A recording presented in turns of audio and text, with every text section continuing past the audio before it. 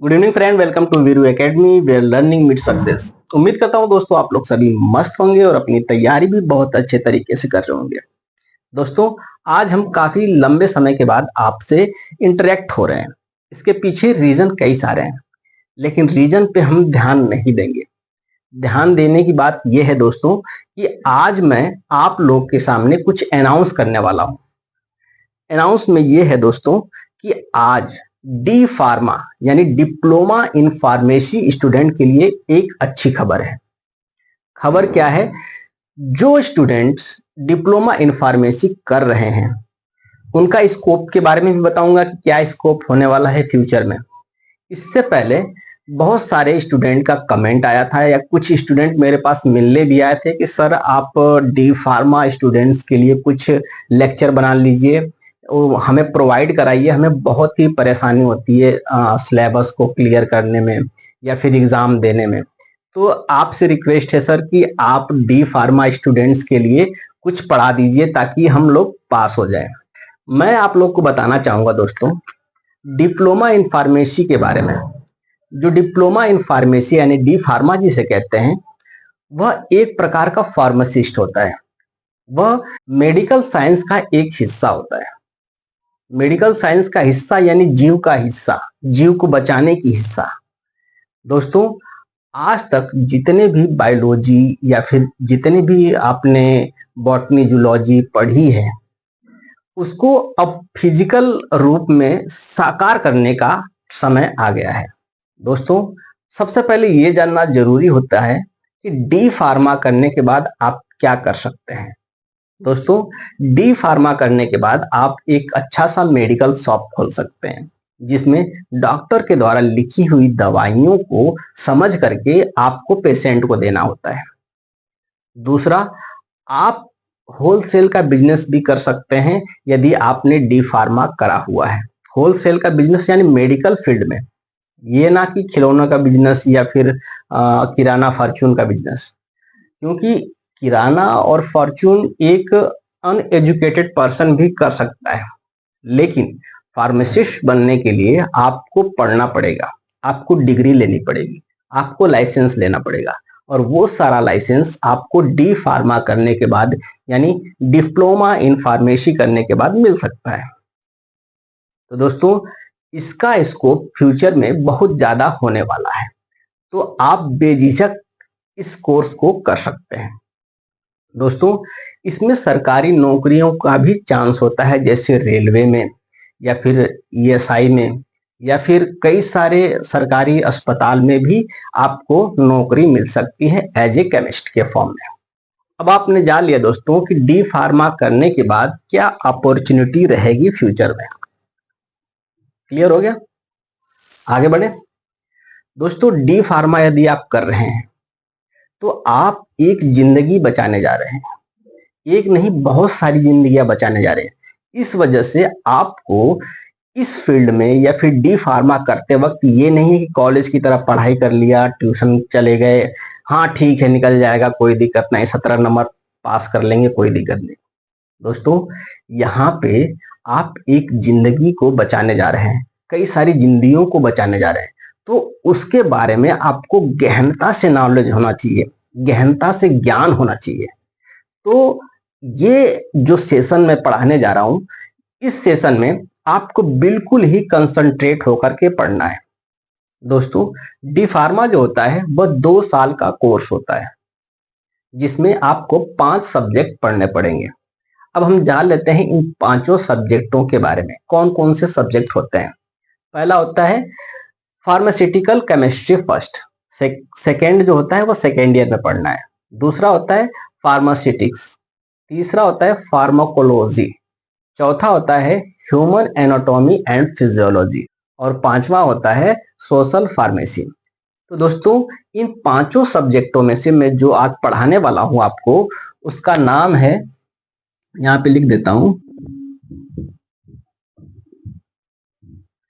Human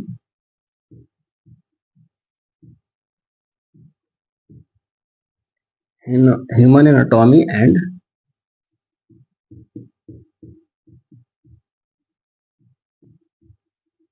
physiology. दोस्तों, यह pharmaceutical chemistry का बहुत ही लेंदी सब्जेक्ट है और ज्यादातर स्टूडेंटों को इनमें दिक्कत होती है। तो आज से हम इस ह्यूमन एनाटॉमी एंड फिजियोलॉजी के बारे में बहुत ही आसान भाषा में और बहुत ही आसान तरीके से समझने वाले हैं। चलिए, वीडियो शुरू करने से पहले दोस्तों आपको मैं बता दूं कि जो साथी मेरे साथ पहली बार जुड़ रहे हैं वह सब्सक्राइब का बटन दबा करके बेल आइकन को दबा लें, ताकि मेरे द्वारा भेजे गए वीडियो का नोटिफिकेशन सबसे पहले उनके पास पहुंचे और वो रहे एक कदम आगे। चलिए, एक हल्की सी मुस्कुराहट के साथ हम ह्यूमन एनाटॉमी एंड फिजियोलॉजी का लेक्चर स्टार्ट करते हैं। सबसे पहले हम जान लेते हैं दोस्तों, ह्यूमन एनाटॉमी क्या होता है। एनाटॉमिक यानी ऊपर से देख करके वो कैसा शेप दिखाई देता है, किस स्थान पे मौजूद है और किस कलर का है, कितना बड़ा है, कितनी लंबाई है, कितनी चौड़ाई है, कोई भी चीज हो, चाहे वो जीव हो या कोई अंग हो, तो ये सारा जो अध्ययन कहलाता है वह किसके अंतर्गत आता है, ह्यूमन एनाटॉमी के अंतर्गत। जैसे मान लेते हैं किसी व्यक्ति का हृदय है यानी हार्ट है। हार्ट कहाँ स्थित है, दो लंगों के बीच में स्थित है। कलर क्या है, रेड कलर का है। कहाँ पाया जाता है, थोरैक्सिक कैविटी में पाया जाता है। तो ये सारी जो चीजें होती हैं वो किसके अंतर्गत हम अध्ययन करते हैं, स्टडी करते हैं, ह्यूमन एनाटॉमी के अंतर्गत स्टडी करते हैं। अब हम जान लेते हैं फिजियोलॉजी क्या होता है। फिजियोलॉजी में किसका अध्ययन करते हैं, ये जो हार्ट है वो क्या फंक्शन करता है, उसका उद्देश्य क्या है, क्या क्या काम कर सकता है, क्या क्या मैकेनिज्म होती है, ये सारी जो मैकेनिज्म हो गया या फिर उसका प्रोसीजर हो गया, किन किन रास्तों में ब्लड को भेजता है, ये सारा जो फंक्शन हम जानते हैं वह किसके अंतर्गत जानते हैं, फिजियोलॉजी के अंतर्गत।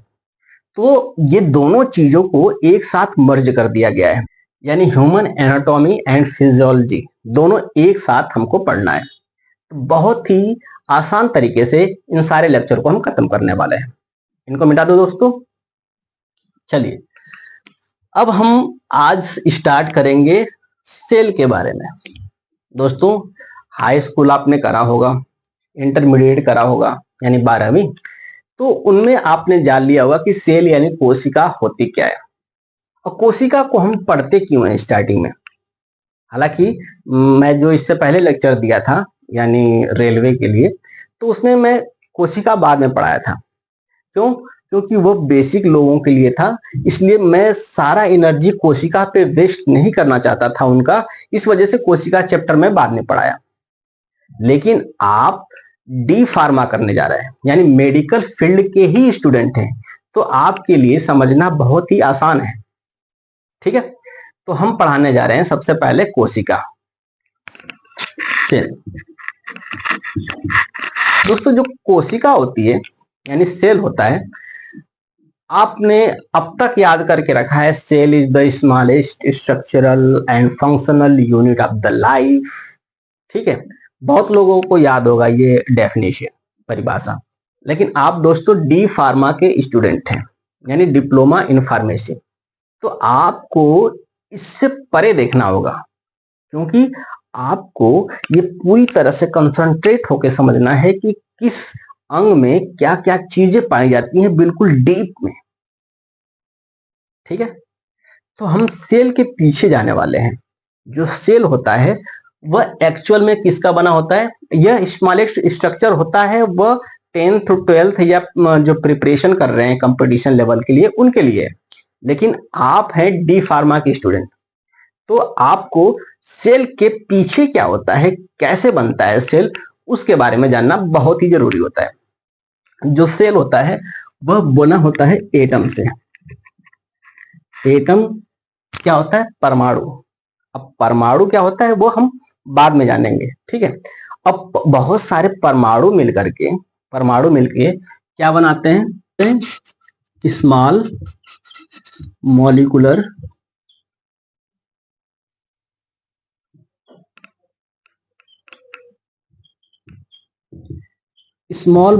वेट के होते हैं। स्मॉल मॉलिक्यूलर वेट कहने का अर्थ बहुत ही छोटे होते हैं। इसमें क्या हो जाता है, इसमें एग्जाम्पल की बात करें तो ग्लूकोज हो गया, फैटी एसिड हो गया, और और क्या, ये प्लस का साइन मतलब और है दोस्तों, ये कामा लगा देता हूं मैं यहाँ पे। ग्लूकोज हो गया, फैटी एसिड हो गया और अमीनो एसिड हो गया, समझ जाना आप। ए मतलब अमीनो एसिड। तो ये क्या है, स्मॉल मॉलिक्यूलर वेट के जो है परमाणु हैं। ठीक है, अब कई सारे स्मॉल मॉलिक्यूलर वेट जब मिलेंगे आपस में तो क्या बनाएगा,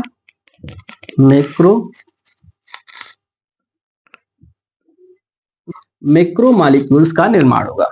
अब मैक्रोमॉलिक्यूल्स में क्या क्या आ जाते हैं दोस्तों, यही ग्लूकोज जुड़ करके कार्बोहाइड्रेट बना देता है,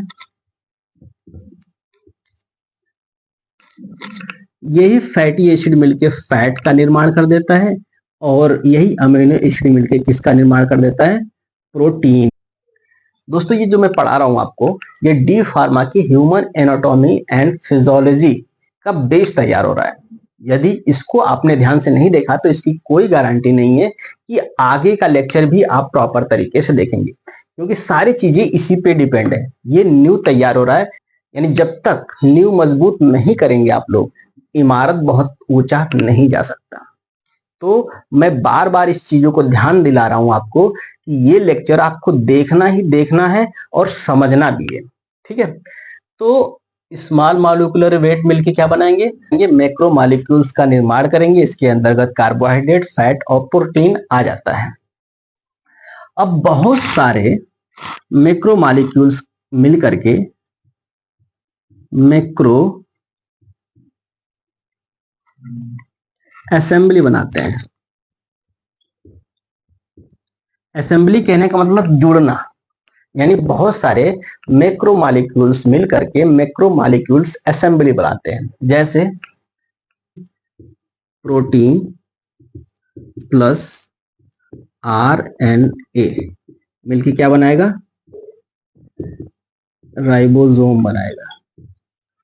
अब प्रोटीन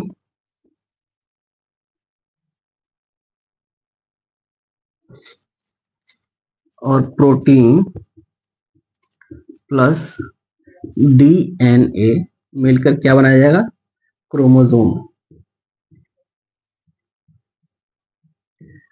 तो आपने देखा दोस्तों कैसे मैक्रो मॉलिक्यूल्स मिल करके मैक्रो मॉलिक्यूल्स असेंबली बनाता है, जिसमें प्रोटीन आरएनए से मिलकर राइबोसोम का निर्माण करेगा और प्रोटीन डीएनए से मिलकर के क्रोमोसोम का निर्माण करेगा। ये सारी चीजों का जब निर्माण हो जाएगा तो ये सारी चीजें मिल करके, ये सारी चीजें मिलके यानी मैक्रो मॉलिक्यूल असेंबली मिल करके किसका निर्माण करता है, सेल का यानी कोशिका का निर्माण कर देता है। अब दोस्तों ये देखिए, ये तो पीछे की कहानी है। यानी कोई पिक्चर शुरू होता है तो उसके पीछे यानी बैकग्राउंड में कई सारे एक्टर रहते हैं, जैसे गाने वाले एक्टर अलग हैं, वो दिखाई नहीं देंगे आपको। ठीक है, कुछ राइटर होते हैं लिखने वाले, वो भी नहीं दिखाई देंगे। डायरेक्टर होते हैं जो उनका बहुत ही रोल होता है, वो भी नहीं दिखाई देंगे। डांसर जो सिखाने वाले होते हैं वो भी नहीं दिखाई देते हैं। दिखता कौन है आपको, एक्टर दिखता है। तो एक्टर से हम मान लेते हैं ये इसकी फिल्म है। ठीक है, तो कोशिका का यहां से निर्माण होता है। तो आज तक हम यहीं से शुरुआत करते आए हैं, लेकिन जो बैकग्राउंड के हीरो हैं ये सारे हैं। एटम जिसका वेट होता है स्मॉल मॉलिक्यूलर वेट, इसके अंतर्गत क्या आ जाते हैं, glucose, fatty acid, amino acid. बहुत सारे स्मॉल मॉलिक्यूलर वेट जुड़ करके क्या बनाएंगे, मैक्रो मॉलिक्यूल्स बनाएंगे। मैक्रो मॉलिक्यूल्स के अंतर्गत कार्बोहाइड्रेट, फैट और प्रोटीन आ जाते हैं। बहुत सारे मैक्रो मॉलिक्यूल्स जुड़ करके मैक्रो मॉलिक्यूल असेंबली बनाते हैं, जिसमें प्रोटीन और आरएनए मिलकर राइबोसोम का निर्माण कर देगा, प्रोटीन और डीएनए मिलकर क्रोमोसोम का निर्माण कर देगा। बहुत सारे मैक्रो मॉलिक्यूल असेंबली जुड़ करके कोशिका का निर्माण कर देती है। अब ध्यान देना दोस्तों, यहां भी ध्यान देना। अब कोशिका का निर्माण हो चुका है, अब आगे चलते हैं। बहुत सारे कोशिका मिलके क्या बनाएगा, टिश्यू बनाएगा, यानी ऊतक का निर्माण करेगा। ठीक है, अब बहुत सारे टिश्यू मिल करके किसका निर्माण करेंगे, ऑर्गन का निर्माण करेंगे। किसका निर्माण करेंगे, ऑर्गन यानी अंग का निर्माण करेंगे। अब बहुत सारे अंग मिलके ऑर्गन सिस्टम, ऑर्गन सिस्टम का निर्माण करेंगे। यहां तक दिखाई दे रहा है आपको? बिल्कुल दिखाई दे रहा है। और बहुत सारे ऑर्गन सिस्टम मिलकर के किसका निर्माण करेगा? इंडिविजुअल का निर्माण कर देगा, यानी एक परिपक्व शरीर का निर्माण कर देगा। दोस्तों ये रहा बेसिक स्ट्रक्चर। इसी के इर्द गिर्द ह्यूमन एनाटॉमी एंड फिजियोलॉजी घूमने वाला है। कैसे? सबसे पहले हम जानेंगे किसके बारे में? सेल यानी कोशिका के बारे में। फिर कोशिका के अंदर कोशिकांग यानी सेल ऑर्गेनेल्स के बारे में, यानी कौन कौन से कोशिकांग पाए जाते हैं। जब ये सारी कोशिका हम खत्म करा लेंगे तो इसके बाद हम जानेंगे टिश्यू यानी ऊतक के बारे में। ऊतक कितने प्रकार के होते हैं, कहाँ कहाँ पाए जाते हैं, ब्लड कौन सा ऊतक है, बोन कौन सा ऊतक है, कितने प्रकार के होते हैं, वगैरह वगैरह। फिर इसके बाद हम जानेंगे अंग, अंग कौन सा होता है, कहाँ कहाँ पाया जाता है, उनका फंक्शन क्या होता है। इसके बाद हम ऑर्गन सिस्टम के बारे में जानेंगे।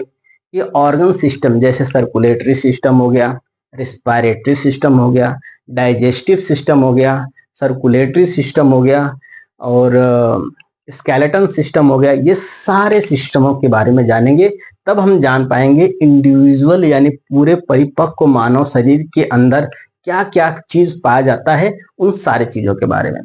तो दोस्तों ये रहा इंट्रोडक्शन क्लासेस किसका? ह्यूमन एनाटॉमी एंड फिजियोलॉजी का। कल हम सेल यानी कोशिका चैप्टर को पढ़ाने वाले हैं। तो दोस्तों आज हमको आप दीजिए इजाजत, मिलेंगे कल नए उमंग, नए तरंग और नए जोश के साथ। तब तक के लिए जय हिंद।